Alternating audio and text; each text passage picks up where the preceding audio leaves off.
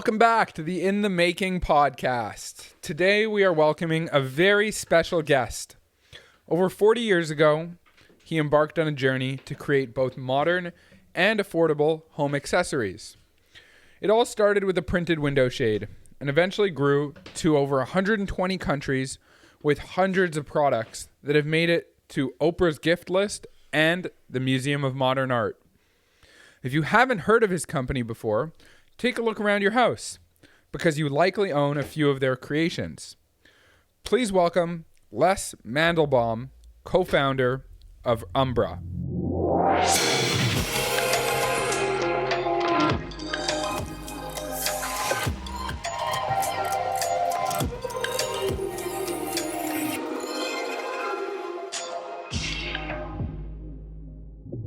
The only problem is I'm disconnected from my business, which isn't great. But I mean, I imagine everything's online now, no? I'd like to be there. We're open, and a lot of staff are working at home, but a lot of staff are working at the office too. So, and you can't ship boxes and supervise that and have customer service. Yeah. And you can't watch over your workers either and make sure that they're doing their job. Sure, quality is right. Everything.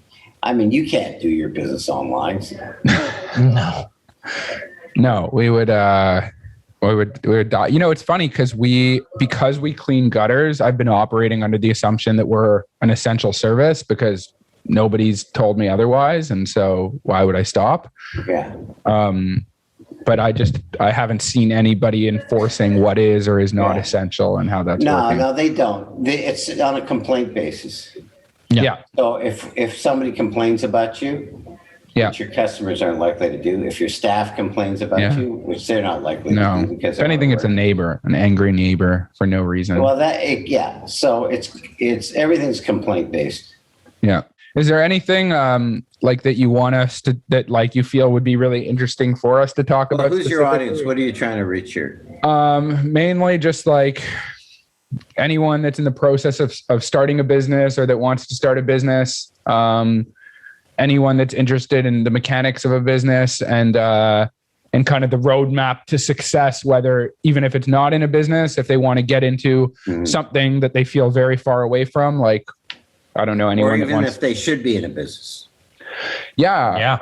I would say half of it is like entrepreneurship and the other half of it is people that are self-improvement, aspiring, musicians, improving their life, basically just they want to get somewhere far and they don't really see a roadmap for how to get there. Yeah, we've got some questions. Just to tell something about me. Besides Umbra, I have a business that I started that originally was supplying parts for the road case business for musicians. And that's a $25 million business. And that allowed me.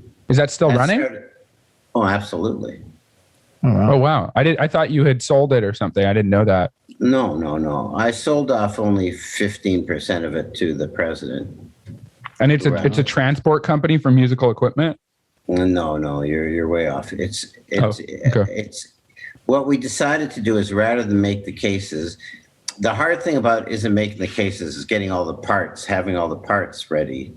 So we have everything that you need, including I bought a foam company. We laminate plastic to wood. We have the covering, extrusions, all the various hardware, maybe 1,000 pieces in stock that ships same day or next day. But it's for equipment? It's cases for equipment for bands, right? Like when they're doing shows and stuff? Yeah. It's so because we had all the parts originally in a depot in Toronto, case companies started in every city in Canada and, 3 or 4 in Toronto, 3 or 4 in Montreal. So, but virtually in every city of more than 500,000, there's these small shops that make cases because they can get the parts next day from us. For musical equipment. Well, it branched off. If you go to a trade show, you see the cases. Yeah. If you go to a movie set, you see the cases. So it's just cases for anything. If you go to emergency services, if your place gets attacked by the SWAT team, They've got your cases. Their weapons are in these cases. Wow. If you get drafted into the army, you'll see the cases. So it's equipment cases, just to clarify. It's for anything fragile that's got to move hard and fast and not be broken. So they're custom road cases, flight cases that shoved in and out of trucks and planes. And you'd see them in, like I said, any mining site, any oil drilling site. You'd see them in any scientific. You'd see them in any trade show. So that has been impacted by the lack of trade shows and the lack of concerts. But it's been a very steady business. It always did about 25 million, always made about $2.5–3 million a year since '76. So that allowed me to finance Umbra. Wow. Okay, but it's also gotten So that business is, I would say, the good thing about it, it was never more than, for the past 20 years, more than 30%, 25–30% entertainment related. It's in industrial packaging for all kinds of. Now their biggest customer is automotive, and a lot of the parts, cars have very expensive. Cars are computers these days, right? Yeah. Yep. Yeah. And so they've got some very expensive parts in there, and we package. From the various car companies don't make anything anymore. They're just assembly factories. They stop stop banging fenders and making dashboards or whatever 20 years ago. So the stuff has to get there right on time without a scratch on it. Because if you see a tiny scratch in even a $20,000 car, you say you don't take it. Yeah. So we. Our foam company in particular has these boxes that the parts go into to Ford, GM, whatever, and they go to the assembly line, they take out the part, and then the case goes back to the manufacturer. So they're like renting the boxes almost from you. Yeah, well, they buy the boxes, but they're recycled. The car companies get them. The parts end up, in white glove service. And then it goes back to the manufacturer for because they don't, otherwise they'd arrive in boxes that would have to have styrofoam and all this. It wouldn't be good for the environment, create a lot of garbage, and it wouldn't be as effective. Right. The thing in the car companies is they can have, the parts have to arrive perfect. Yeah. Like people don't accept the slightest blemish of anything, even under the hood. I'm looking for a discount buying a car before I even look at the car, so I can only imagine if there's a scratch on it. They know about guys like you. They have delivery systems now, so the parts arrive perfect. Specifically for guys like you. I feel like that's like probably one of the hardest industries to break into are like massive conglomerates where you're dealing with auto manufacturer, and then probably government is next on the list. Yeah, is it just from trade shows? No, well, we don't deal with government, but we big companies. No, it's not trade shows. Basically, we hire people that have ins in that industry. You've got to have the connections. And these type of companies don't like taking chances with new suppliers because a car company can't afford that. Right. They can't afford you missing a delivery or a defective part. They can't afford so they have to be very secure in who they deal with. Same with military. Yep. Right. I wouldn't say government is the toughest, but certainly I would say military, medical, and automotive. So TCH does involve in that business, and that business really because it was so stable up until last year, that allowed me to take chances with Umbra products. So having that business has been key. And also, knowing that I was going to make $2.5 million bottom line every year in and out. Yeah. That's nice. That's a nice security, right? So for sure. All those fails with Umbra, I could take more chances, right? Yep. Yeah. Because my family wasn't going to go hungry at 2.5. Yeah. Wow, I don't get all that 2.5 million. The company needs money. The executives get bonuses, but still, if I wanted to, I could take the 200. So I've never taken $2.5 million. I figured. Figured. I'm curious how you could if you wanted to. Yeah, I'm curious. How old were you when you started that company? 25. Wow. Okay. Cool. And what was it was you and I guess another business partner that said, let's make cases, or alone? No, it was on your own. Me. Wow. So there's nobody else involved. And you don't have an engineering background or anything, right? Nothing. So what made you go, I'm going to build cases to transport things? Well, the situation was, it was more experiential. So when I came back from the States, I had already been playing in bands, in the studio band. I'd gone to school with music. And when I came back to Toronto, I already had my stuff in these cases that were made. The cases were coming from California. And everybody in Toronto wanted to know, hey, where'd you get those cases? I want those cases. So really, I just started ordering the cases for these guys, other musicians, not because I wanted to be the casemates, just because I wanted to suck up to the other working musicians, because I want to break in the scene. So I really had no intention of being in the case business.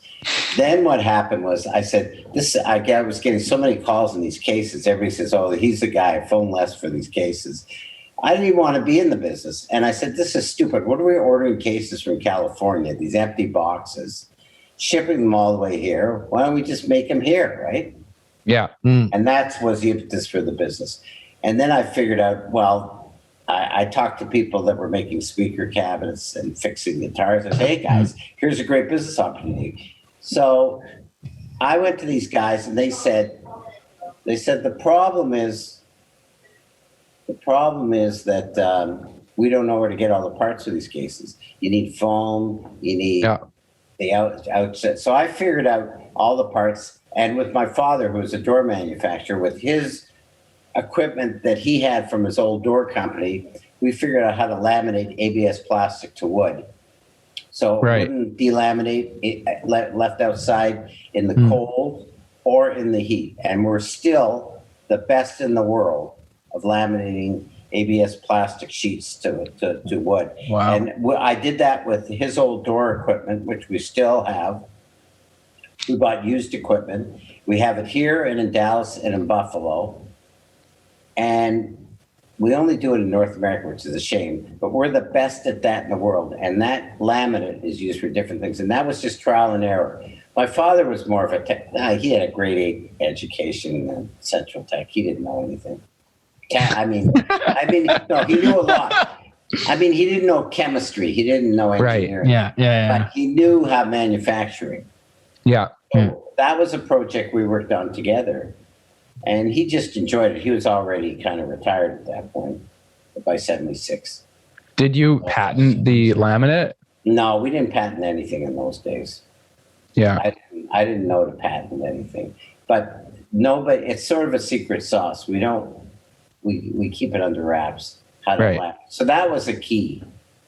And that is probably still the most profitable thing we do. Now, that laminate is used for lining the inside of tractor trailers, certain types of tractor trailers. It's used for temporary sheds that they put up in the mining sites. So you're selling the laminate separately as like a side business? Yes. Not even sometimes for cases. Yeah. And I look at stuff they sell, and I said, God, how did you come to this? Well, some sales guy, one of our sales guys, we're selling some of our hardware is used for, the very biggest box would be a container or a truck body. And some truck bodies are very customized. Really, a truck body is a big road case, if you look at it that way. Yeah, that makes sense. And some of these custom trucks are very, they have custom insides, laminates, so they don't scratch, depending on what they put into them, for certain types of companies, for certain types of transports. Like transporting missiles, for example. Right. So do you have to have like security clearance to sell to some of these places? No, because we don't, the companies that we sell to have to. Yeah. But as parts, no. Yeah. It's just parts we're selling. They have to be tested, our parts. So did you go looking for people to break into those industries, or did you just happen to have salespeople that already were there? No. Through some of our suppliers, and we met people through distributing some of our hardware, the hardware was never designed or made just for music equipment. They were for specific types of enclosures or protection or mining equipment. Like I said, a lot of it was military. So through that, you ended up connecting up with salespeople. In some cases, we deal with commissioned salespeople who had other lines, and then eventually we hired those people. So we've got specific salespeople that know those industries. For instance, we have a guy in Montreal for now. I'm not even the president of this company, so I'm not day to day in this anymore. So this is kind of secondhand. But I did meet the guy that deals with CES in Montreal. He's based in Montreal, and CES is a flight simulator company. Right. Yeah. Based in Quebec. It's the biggest flight simulator. These days, they're not selling a lot of planes.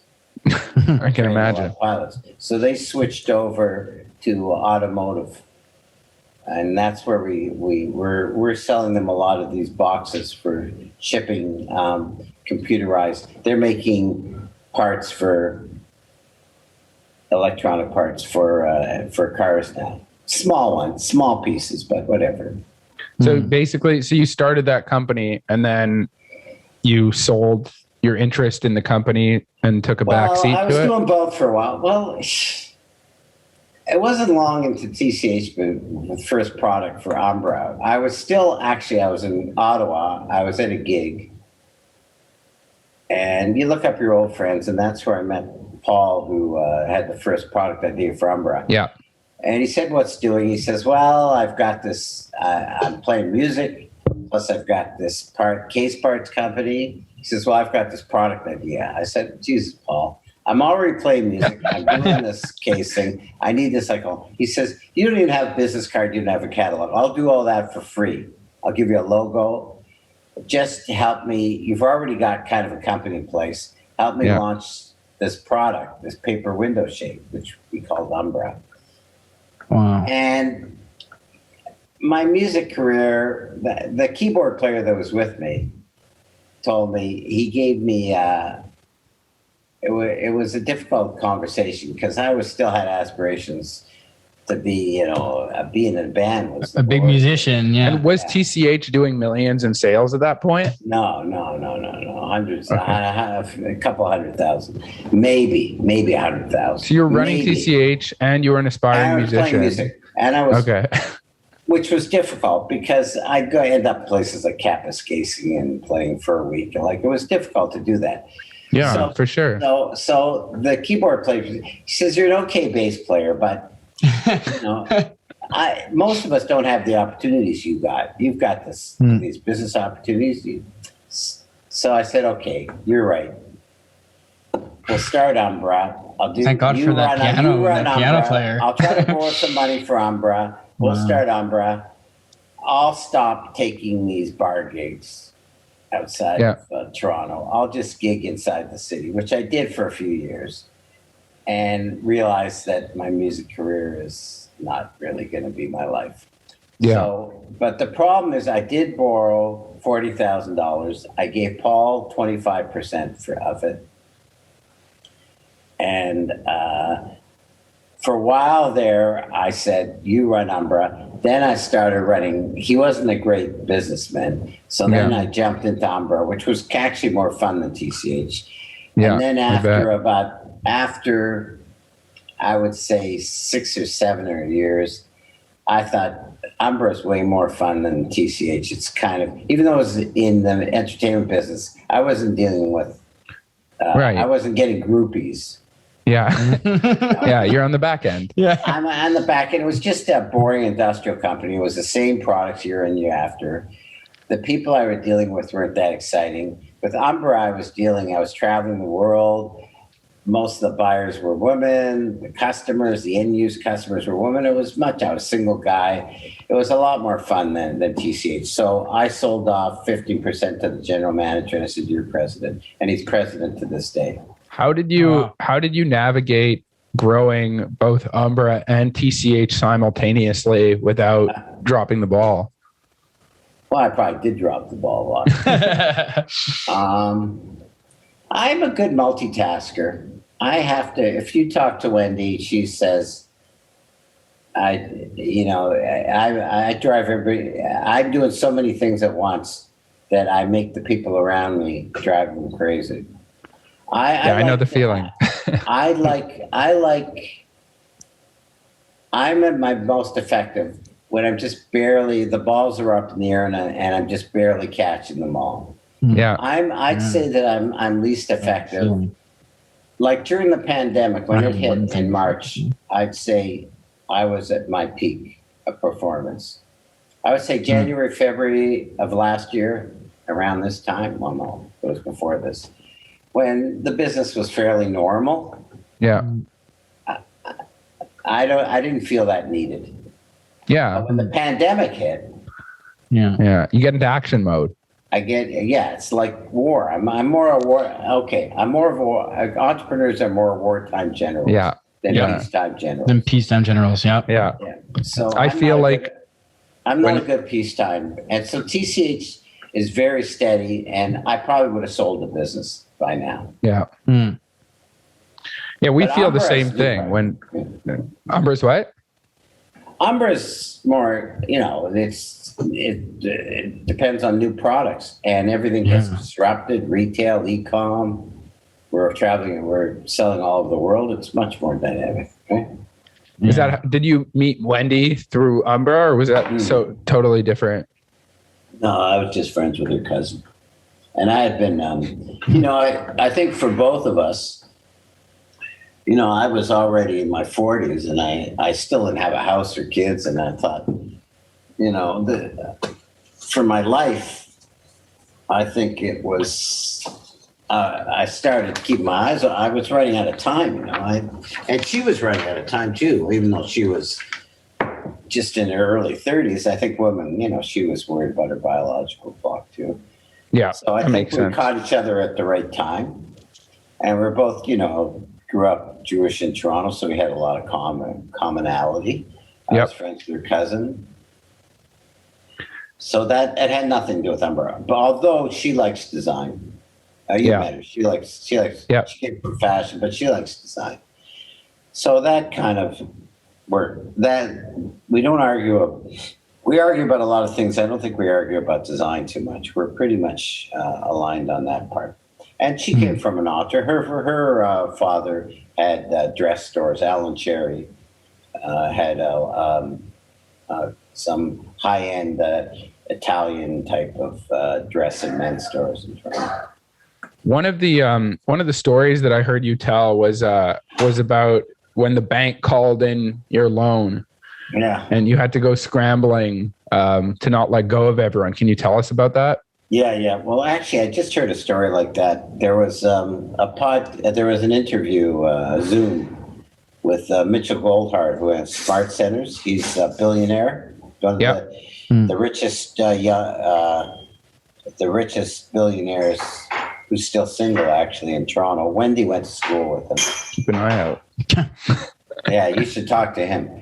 So he said... well, if you make the intro, I'd be happy to. Oh, he doesn't usually do interviews. He's not. Wendy can assure this. He's not outgoing as me type of person. But he did pretty well in this Zoomcast, I thought.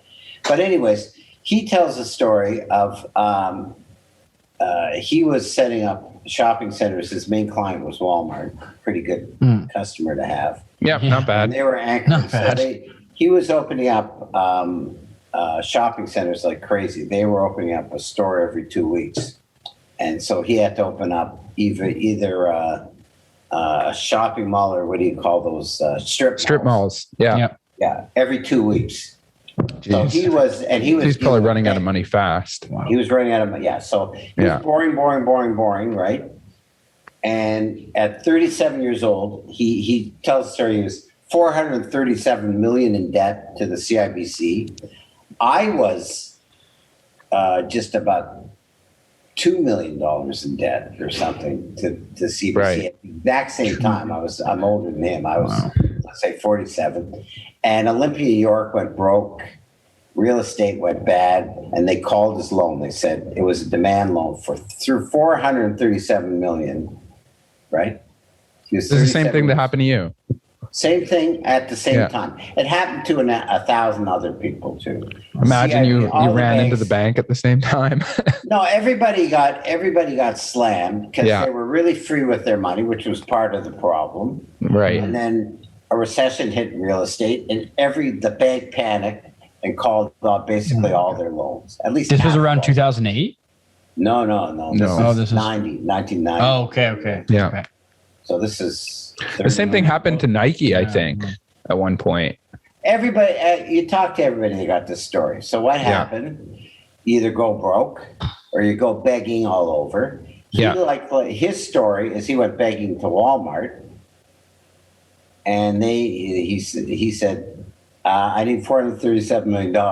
I know you're not going to just write me a check for $437 million. Do you want to be my partner in these shopping malls? And they said, yeah. And it worked out and they made billions. Jesus. And he got a partnership out of it too. He got a partnership. Billionaires. And he ended up being a billionaire. And they made billions off of it too. So. And his business was developing these malls? It still is. Wow. Smart centers. Look it up. So so the same thing happened to me. They called my loan. I said, your ratios are off. I said, I didn't know what a ratio is. I said, well, check your banking agreement. I said, well, you never mentioned ratios before to me. And my business is going the same as it's always gone. Oh, it's somewhere in the fine print. Yeah. So that was terrible. So, I had to go begging around. In my case, it was family, my father. Paul had to go to his. It was terrible. I felt and my father didn't want to give me the money. He said they're just going to take the money and they're going to still close your business. Yeah. And I told him, I checked with my banker and I said, if you guys do this to me, I'm going to kill you or something. I know where you live. But anyways, they said no. And my father said, well, I don't. I said, Dad, look. You bought my brothers, you lent my brothers money to buy their houses. I don't even have a house. I've never asked you for anything. Come on. So he did, and a couple other people. And I did borrow money for the next 10 years. I was so freaked out by it. I was so embarrassed by that situation that I didn't expose myself. We didn't borrow money up until last year. Well, the reason why we borrowed money last year is during the pandemic. The banks again started tightening their lines, and the government was giving practically no interest loans. So, that makes sense. I mean, the interest rates then and now, there's no comparison. It was 15% then. It's like 1%, 2% now, right? Yeah. Well, I hear people talk about 12% mortgages, and I'm like, what? I thought, the difference between 4 and 5 was crazy, but. Well, back then there was 17, 18, but now if you're paying double-digit mortgages, you have no credit, you're high risk. Yeah. Or you're dealing with the mafia or something. Well, that's almost what happened to us when we like when we bought our house, the bank thought that we were like criminals because we had left another business and started this one, and we're young. So they take advantage of you. And our mortgage broker asked, he said, the question he asked us was, he goes, if I run your notice of assessments, am I going to get asked any questions? And we're like, are you asking us if we frauded our tax documents for our mortgage? And he goes, well, it happens. We said, sure. No, we didn't. We didn't do that. So reputation, that brings another important point. Reputation is very important because when the banks did call their loans and I had to go begging around in the U.S., and I did get a loan in the U.S., one of the guys, I had a dinner from M&T Bank once in Toronto with, I don't know why they were here. And one of the guys from the board said, oh yeah, I'm the one that checked you out to approve you for that loan. I said, what do you mean you checked me out? Oh, I asked all around about you.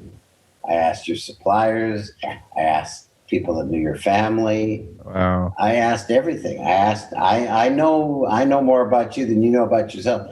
So I said, I guess, well, obviously, you didn't find out much. You didn't ask the right people. I joke. Yeah. But obviously, character, if I had a sleazy reputation, or even if my father had a sleazy reputation, or if I had burnt some people, I would have been blackballed and I would have been out of business then. So you never know. You got to protect your reputation. And even so, that was 91. So let's say I was 40, Yeah. My reputation was pretty good, right? So that's good. Anyways, So that's how I got the business, the loan that saved me, besides my father, which was helpful. But I did get a loan from U.S. Bank, and based on whatever, he couldn't find any dirt on me, right? Right. Okay, you want to get started? Keep going. Yeah. What else do you want to know? Yeah. Well, let's just keep going. Oh, we've just been recording. Yeah, we're recording this. Oh, you've been recording this? Yeah. Oh, I didn't know you've been recording this. Well, with the phone ringing and everything? Yeah. Oh, yeah. It was going so well. It was going so well. We were like, we can't stop this now. This is great. This is gold. We didn't want to waste all of that. Yeah, well, I wasn't going to make you repeat yourself. Yeah, we didn't want to make you repeat all that. That was great. Oh, she was in the background at one point, but it's all good. No, it was great. It added all good. I was actually wondering, so you started with a paper shade. Can you tell me how you how did you guys take it from just that one small kind of niche product to what Umbra is? I have 6 things in my house that are totally different things that are all Umbra in my house. I've got to say that we started the company because we thought this product idea that Paul had was going to sell a gazillion and we're going to make all kinds of money. Can I just stop you for a second? Ask, what made you look at a window shade and go, this is it? I didn't. I feel like most would have seen it and just a lot of things. No, we were very naive. I was in his apartment again in Ottawa. He was from Toronto. I'd grown up with him. He had handmade some shades with some graphic prints on it. At that time, realized there was only bamboo shades and bamboo sticks. And there was some rice paper shades that you could get in, it was called Cargo Canada, Import Bazaar, whatever those type of. And he said, all my friends love these window shades that I made. So he tested them. Okay. Well, no, he tested them. He just with his friends. Right. No, we didn't really. Everybody thinks these things are fantastic. Frankly, they weren't that fantastic. They lost that 40. They lost. Never mind the 40,000 I bought. It lost $80,000 within the first 2 years. Jeez. Yes, they sold the window shades. Did okay in certain stores, but generally they were. You had to do different sizes. Yeah, it's all custom. Yeah. Well, it wasn't custom. We had 6 different sizes. Yeah. And Too many SKUs. Too many SKUs, and people had to hold them, and they were hard. And then we started trying to figure out how we could trim them. We had trimming machines. Nothing really worked. But what I realized, I said, Paul, the idea they came up with wasn't these window shades. The idea was cool stuff at low prices that are sort of casual for ex-hippies, yuppies, whatever we call ourselves back then, that don't want to live like their parents.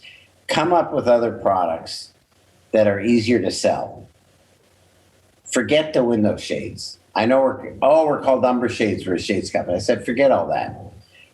And we called ourselves Umbra. We changed the name from Umbra Shades to Umbra Limited. And he came up, the first product was placemats that were offcuts. At that time, we're making vinyl shades. And we're the first ones to do cool, and they sold really well. And they took no product development. There were offcuts from we double laminated some of the garbage off the floor.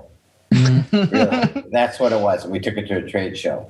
And then he took the vinyl and he put it over a little piece of foam, again from TCH, with the masonite back. And we did these cool clocks when battery clocks were first coming out instead of plugs. And we sold a gazillion of those. So then we realized all we did was we went from category to category. Said the idea, I realized, the idea is not the window shades. The idea is putting design into everyday things, casual design, modern design at low prices. And we did it in trash cans. We were the first cool trash cans, the first cool drapery rods. We did one from category to category. Didn't your trash can make it into the Museum of Modern Art? Yes. We made trash cans respectable. Yeah. Wow. Well, I feel like I actually asked that was a mental leap.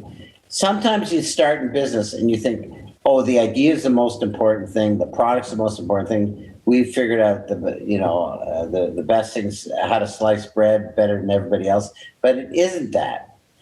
It was not the actual product. It was the idea, but it wasn't the actual product. It was the concept of your way of thinking. Yeah, it's a way of thinking. That's what we were able to adapt, and that's the reason Umbra ended up with thousands of product and ended up with big and successful. My girlfriend actually put it really well today when I told her we were doing this, and she said, the thing with Umbra is you pick something up and you look at it and you go, this is pretty cool, and then you go, holy shit, it's not even expensive. Yeah, and I need this. Well, actually, that's the hardest thing. The hardest thing is not coming out with really beautiful items, because we could do that easily. Right. And it's not even coming up with useful items, because you can come up with a trash can, put a few bells and whistles, but coming up with all those things and having it at a good price is the real difficult thing. So that was actually something I wanted to jump into, because I feel like, I'm sure as many products didn't work out, you've managed to marry most of your products with quality design and affordable cost. And I'm sure many companies have done similar things that you'll often see on Amazon and Etsy, but it seems like you're one of the few, if not the only ones, that have actually managed to maintain and sustain an entire brand around that theme. Yeah. So how do you feel like, I mean, even without even going out of business at such low costs, how did you manage to create that into like a sustainable advantage? Well, yeah, the thing is, you can't just keep repeating yourself, because other people can copy that. But if you have to repeat yourself to a certain degree, but you also have to spend, we say 20 to 25% of our new products have nothing to do with something we've done before. Yeah. So if we don't walk away from swing top trash cans, even though we've been doing it for 20 years, we put out new colors, we put out new shapes. But if we just did that, Umbra wouldn't have survived. We would become boring and we wouldn't be cool anymore. So we make sure, and a lot of innovative companies do this, Well, even the car companies do this. They come out with, at the car shows, they come out with concept cars or something. Maybe they never even make them, right? Just to let their designers stretch out and to do something for the brand. Or maybe they come out with one car out of 20 models that is really cool. And I'd say everybody, Kia, all of them do that. And it's questionable whether that brand, that particular model will make money. But they do it to maintain the brand and maintain their place. So our mandate, Matt's the head of design, mandate is 20 to 25% is not derivative product. Yes, we do derivative product. We do a different mirror. We do a different shape. We do a different color because we don't want to give up the mirror business or the trash can or the drapery rod business. But then we got to do something at a left field. So that's part of what we do. And also it's good for the designers because they get bored if they had to make variations. For sure. I'm sure. Like, okay, you know, Ford, they had a great seller, a Taurus. You know, if all, and they say, well, you know, I'm dating myself because I don't even know if they make a Ford Taurus anymore. Do they? I don't even know. I don't think they do. Okay, let's say Honda Accord or Honda. That one they still make. Yeah. Okay, they still make. So if they just did those things, right? Like, they're not walking away from the Civic or the Accord business, right? Definitely not. Camry, Toyota. No. Yeah. But if they just did that, they got to make Hondas cool, right? Yeah, they start coming out with all these with some models, mid-size SUVs and all this kind of stuff. I don't know. I mean, it's the same thing with Bugatti and Volkswagen. Like Bugatti is losing millions of dollars every year, but it's owned by Volkswagen just for the sake of pumping out the brand and doing R&D. Well, Bugatti would have been broke years ago. Yeah, if you saw that movie, Ferrari, what's it called? Ford versus Ferrari? Yeah, that's a good business movie. That's a very good business movie. That was one of my favorite movies. I mean, besides that it was very well done and, you know, had great actors in it. That was pretty close to what it's like, you know, playing it safe versus pushing the envelope.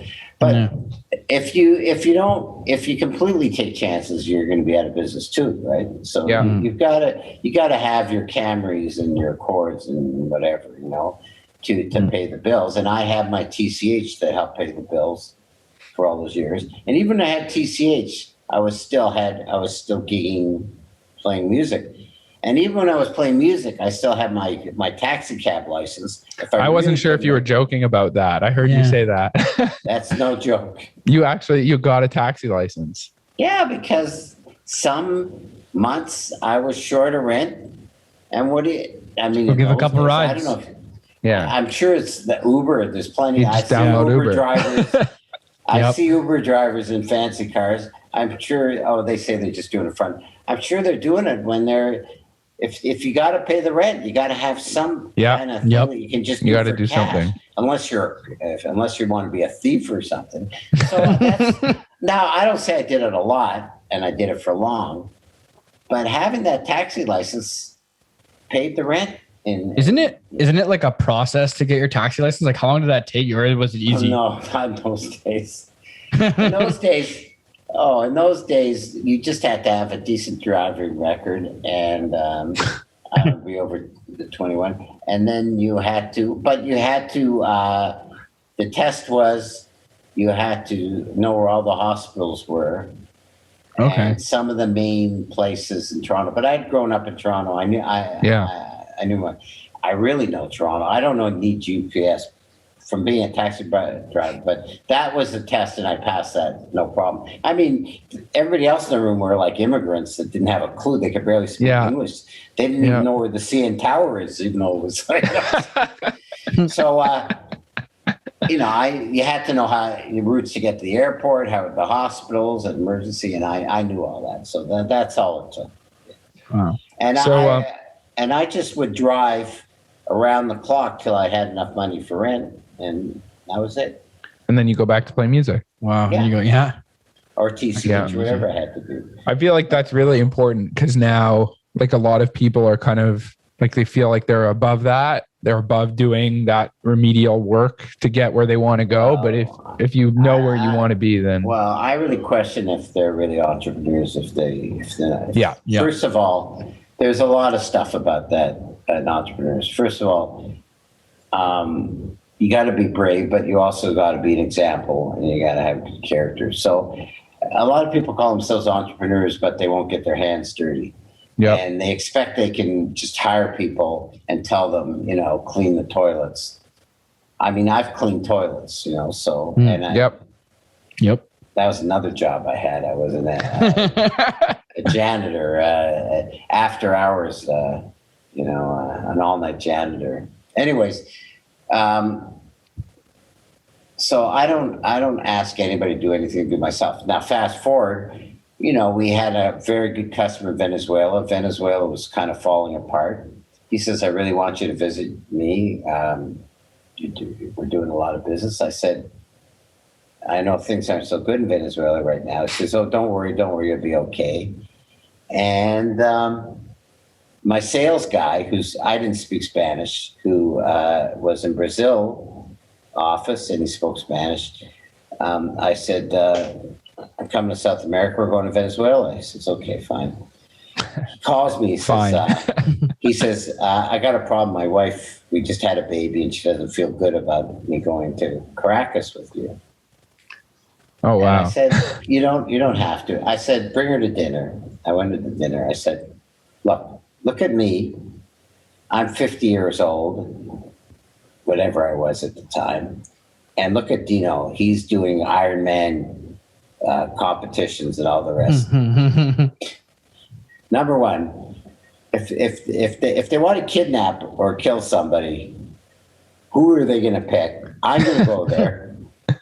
And who are they going to kidnap? And who's going to be able to run away?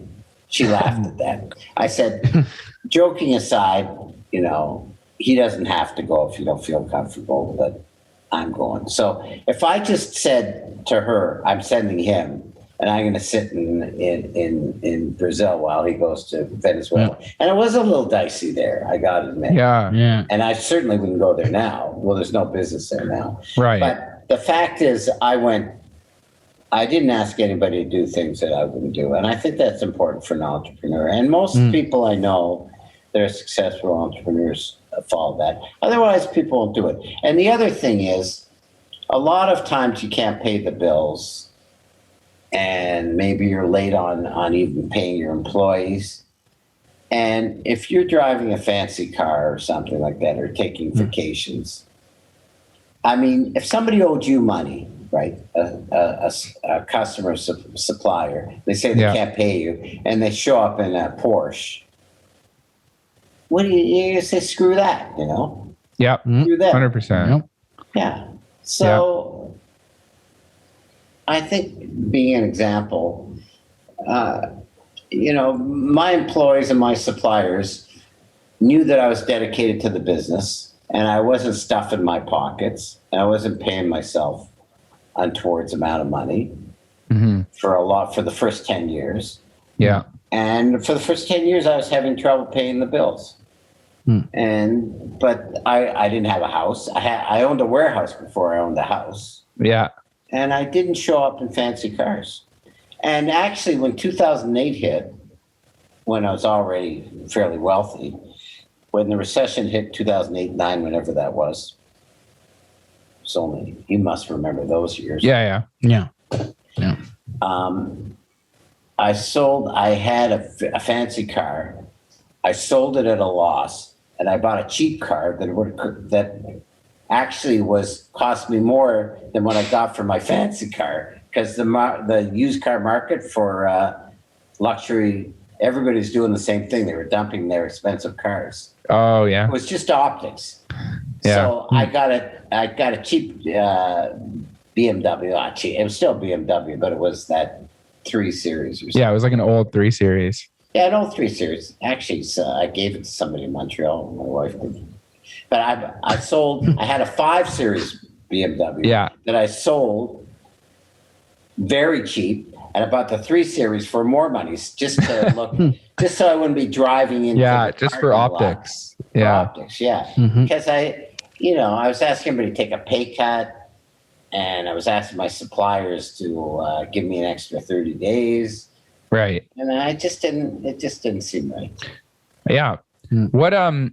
What was the turning point for you with Umbra? I know you said you weren't really paying yourself much for the first 10 years. Mhm. At what point, was it something you did or something that occurred that kind of flipped the switch and made it go, okay, now we're in business. Now we're really doing well? It was actually the scare. It was just about the 10-year period. About 90 is when the CIBC, it didn't matter which bank, I shouldn't even say it. All the banks were calling their loans. We were 10 years into it. And the company just about went broke because the bank called the loan. And we weren't really, I didn't have a house at that point. I didn't have any assets. And we were just barely making it. And I told my CFO at the time, or whatever, I don't even know if I had a CFO. I said, look, we got to pay my father off. We got to pay off the bank. We're cutting the inventory. We're cutting whatever people we don't need right now. People that are staying are going to take a 10% pay cut, including me, right? And we're reducing our inventory by 15%, whatever it was, right? So you cut all the bad SKUs, basically. Well, even some of the good SKUs, because I wanted some cash in the pocket. I wanted to be cash positive. So by 1991, which was basically 11 years in business, we were debt free because I paid off the banks. I paid them off totally. I stopped borrowing from them. I paid off anybody I borrowed money from, and I restored everybody's pays. And so by 92, I felt pretty good because I owed no money, and everybody was paid off. And I'd say from 92 straight through to the next crisis, which was 2008-9. So that's a long time. That's 15, 16 years, 17 years. I'd say we grew pretty nicely. And I made sure we had extra money in the bank to cover any emergencies. And in terms of I bought a house in 90 in Rosedale. That house you saw. Yeah. I bought that in 93, 94. That was my first house. Pretty good first house, right? Yeah. It's a nice house. I've got this place, and I got a place in California. Nice. In terms of like growth, were you totally hands off TCH at that point? Like you weren't growing it at all? It was just doing its own thing with the current president? I basically gave the keys to the president, and I said, look, this is your salary. If you want, I'm offering, this is what the shares are worth in the company right now. You can have those shares off your bonus money, but this is how much money sales we're doing now. The sales can't go below that, and the profit can't go below that. Any profit above that, and any sales above that, half of that profit, 20% of any of the profit above that, and half of that money goes into a kitty, into a forced saving account for you to buy shares in the company, right? Mm-hmm. So basically, I told him, here's the keys to the company. If it gets any worse, you have to keep the lights on, keep it going as it is. Yeah. Or if you keep it going just as it is, you just make a salary. If you grow it, you get to buy shares of the company, and you get bonuses above that. And he basically did it. Him and the other vice president who lives in Dallas were on the same deal, and they made sure that were able to buy their shares.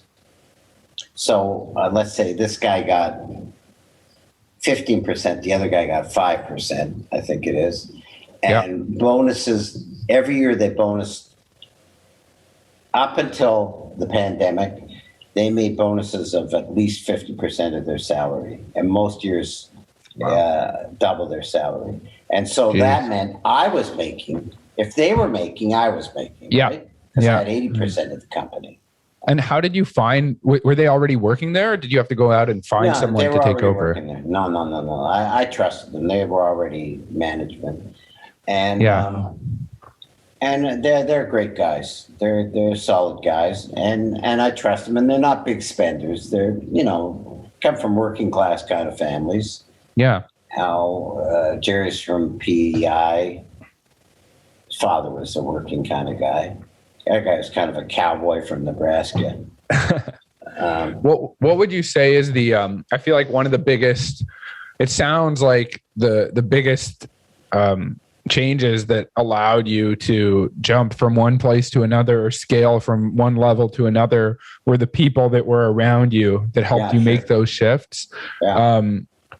It doesn't really sound like you actively went out and sought those people with a goal, but just that it organically occurred. So, well, later on.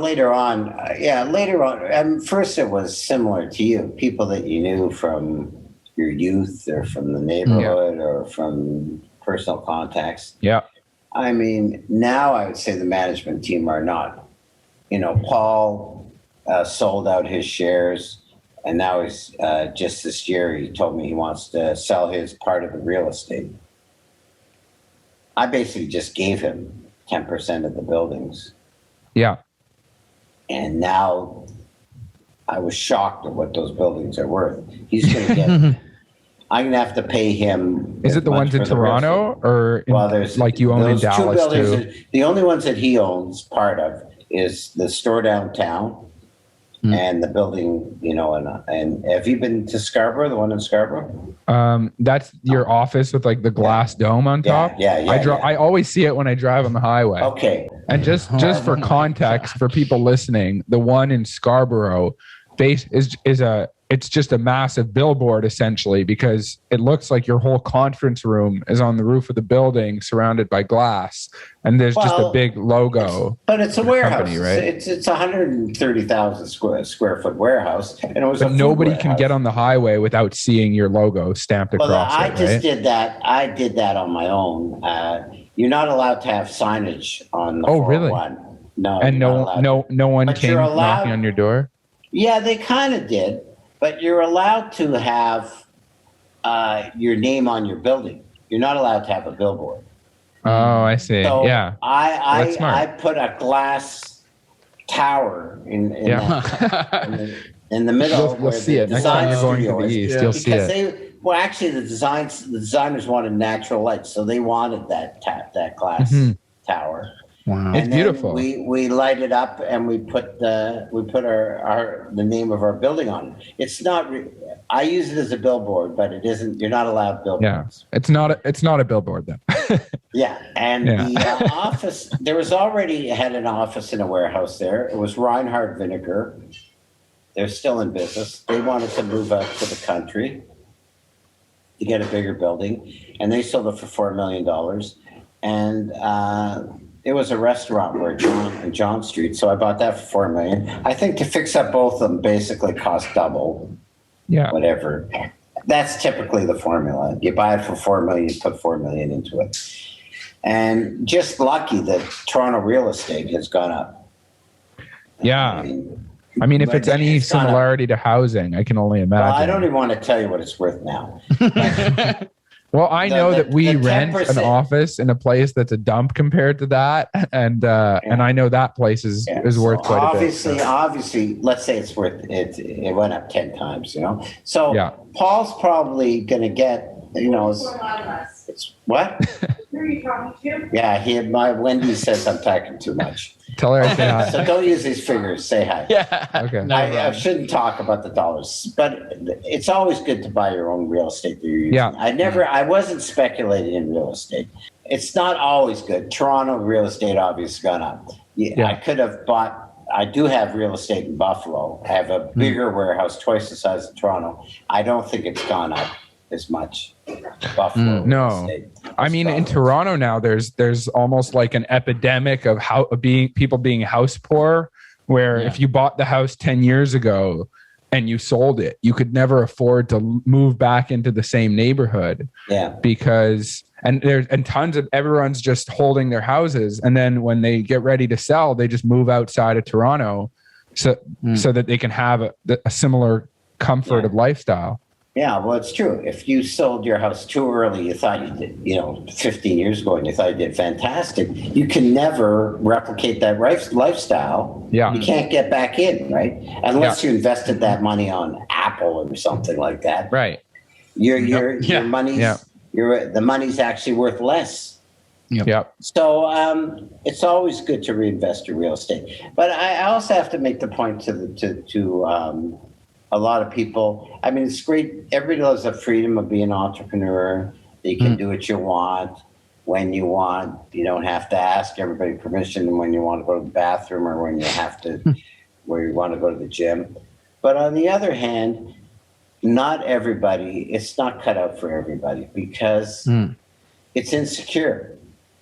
And if you have a family and a mortgage, being an entrepreneur, I mean, you're endangering the security of your family because, frankly, the stats are most new businesses fail. 80%, 90%. Yeah.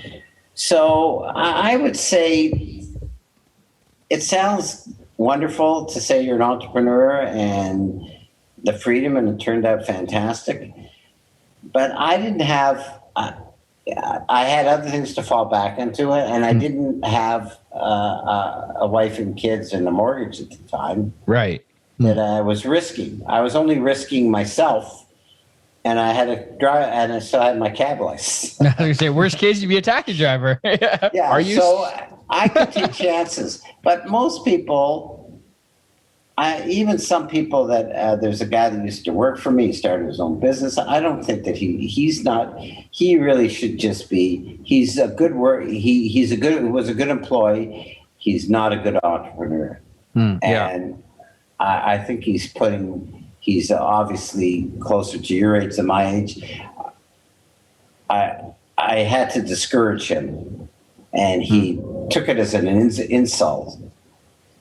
But in his life situation, I'm thinking about his wife and kids. Yeah. And I've seen people that go out on their own and they end up divorced, and their kids are resentful towards them because maybe their wife is resentful for them.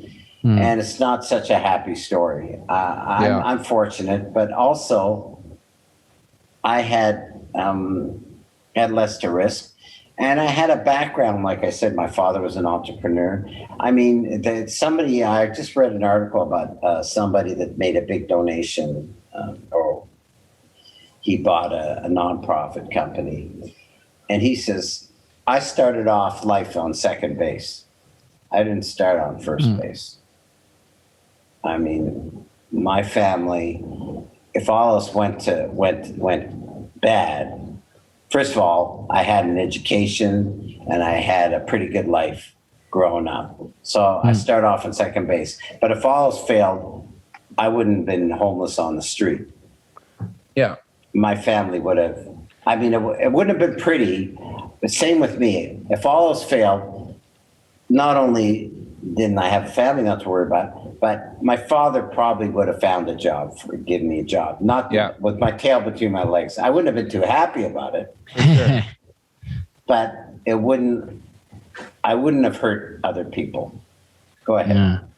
Yeah. So I want to encourage entrepreneurs. Canada needs more entrepreneurs, but actually most people shouldn't be entrepreneurs. I think that now we talk about this all the time. It's a buzzword. Like when you were doing it in the beginning, it was a thing that you did just because that's who you were. And I feel like now it's become glorified. Yeah. There's a lot of social media around. I mean, we went to business school, and every single person that you sit with goes, yeah, one day I'll start my own business. And you're kind of thinking like, well, if you haven't already, you probably shouldn't later on, because I feel like either you're kind of born with it or you're not, and you can learn some essence of it. I feel like now it's become a lot easier to do that. But like my father moved to Canada from Israel when he was 20, and he started a business. But I feel like in the immigrant sense, a lot of the times it's out of necessity more than it is out of sheer fortitude. Well, sure. Well, my grandfather, look, in Toronto, 100 years ago when my grandfather came, first he couldn't speak English, had no education, and there's discrimination. You know, even if you're a professional. I mean, one of my best friends that had Guild Electric, one of the biggest electric contractors in the country. I'm good friends with. I mean, he's a Hungarian immigrant. He came trained as an electrician. He's a Holocaust survivor too. Oh, wow. But he couldn't get his papers as an electrician in Toronto. He had to start his own business. He didn't want to start his own business. Yeah, no choice. There was just discrimination. Well, number one, language barrier. Number two, immigrant. Number three, religion, anti-Semitism at the time. Yeah, he had to. He didn't say, "I'm going to be an entrepreneur. Like I'm going to get glory for. I'm going to make $1 billion," which he just create a bunch of value for people. He just didn't have any choice because nobody would hire him. So that's sometimes it's necessity. My father was not employable. He had grade 8 bricklaying from Central Tech, whatever the tech school down on Harvard Street. Yeah. He just so he basically had to be an entrepreneur. And how many, I know you have a son. Do you have other kids as well? Yeah, 2 sons. Yeah. And obviously you've done well for yourself, and I'm sure like they know that they grew up with it. How do you, I guess, raise your kids trying to balance that factor of wanting to give them a good life, but also trying not to, spoil them? That's one reason why I don't retire. I think it's important. My father sold his business, the door business, when I was still in university. And I think it adversely affected my brothers because they didn't make the relation. It's one thing to have to live comfortably if you see that your parents are working hard. There's some relation to the money. Yeah. But if the money's there, or if it's inherited money, then they think, oh well, you just get it. This is just life. Yeah. It's just what I get. So I think my sons have enough exposure to me in the business, and they've worked, although intermittently. They've done I'm still in college. So they see me working, and they see the struggle of the business industry. They've been exposed to that. So that, I think, helps. And obviously, they're not denied too much. So you could say that they're spoiled. But at least they know that there's a relation towards money and risk and work and all that sort of things. So that's the best you hope for. And like I said, I started late. So the eldest is 24. He's entrepreneurial. Oh, wow, okay. He's got a startup. And what's he doing? Again, I don't completely understand these guys' own investors.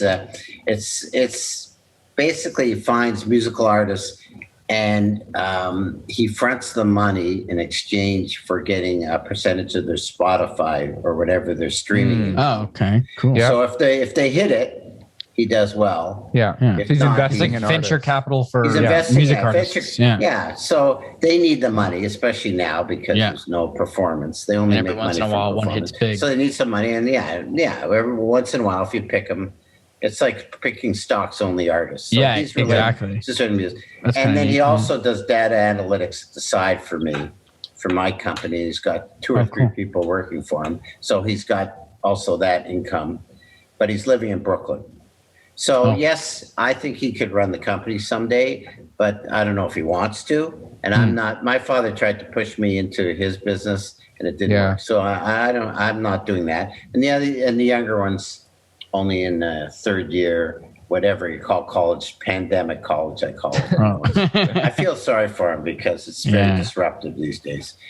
And and that's like your formative years. That's when you're partying and having it. Yeah, not partying anymore. Yeah, it's really a disaster. I feel really bad for him. Yeah. Les, I was wondering, I don't know. I just think it's always an interesting question to ask somebody who's obviously established like yourself. If you could go back, like your 25-year-old self when you were starting the case company, what advice would you have for your 25-year-old self now, knowing everything you know? Yeah. Again, one thing I've learned is similar to the story I told you. I thought the great idea that you think that you're going to make millions on, I didn't think I was 100% there, but I thought the great idea, I was like 75%. And that percentage has gone down over the years, what I think the great idea is worth. Mm-hmm. I think a great idea, you're at best 10% there. What happens after is 90%. And also, the great idea that you started with, what you end up with the great idea is quite different from what you thought the great idea was at the beginning. Yeah. So you have to, in your case, whatever your business is now, 10 years from now, it could be similar, but go in a completely different direction. So don't get too wedded. It's not really about the great idea. It's the idea, but it's not that specific necessary idea. Yeah. Like, and you see examples of what Apple was when Steve Jobs, which was basically a home computer company, when Wozniak and Jobs, they ended up making their money from smartphones, and they didn't even know that if you told them you're going to end up in the phone business, that's where you're going to make your millions. See what, or music streaming or whatever it was. So it things change. So don't be married to the idea. You get so excited, married to the idea, and you've got to be adaptable. Yeah. I'm glad you brought up Steve Jobs because I heard you say in an interview that they tried to bring in focus groups and get you to test products, and you kind of just shut it down. And I heard him once say that he was like, why would I ask people what they want when we have to tell them what they want? Yeah, right. So how have you used that to kind of take Umbra to the next level and continue the growth? Yeah, I think I have people that have a good sense of the market and what customers want, and we use our own judgment.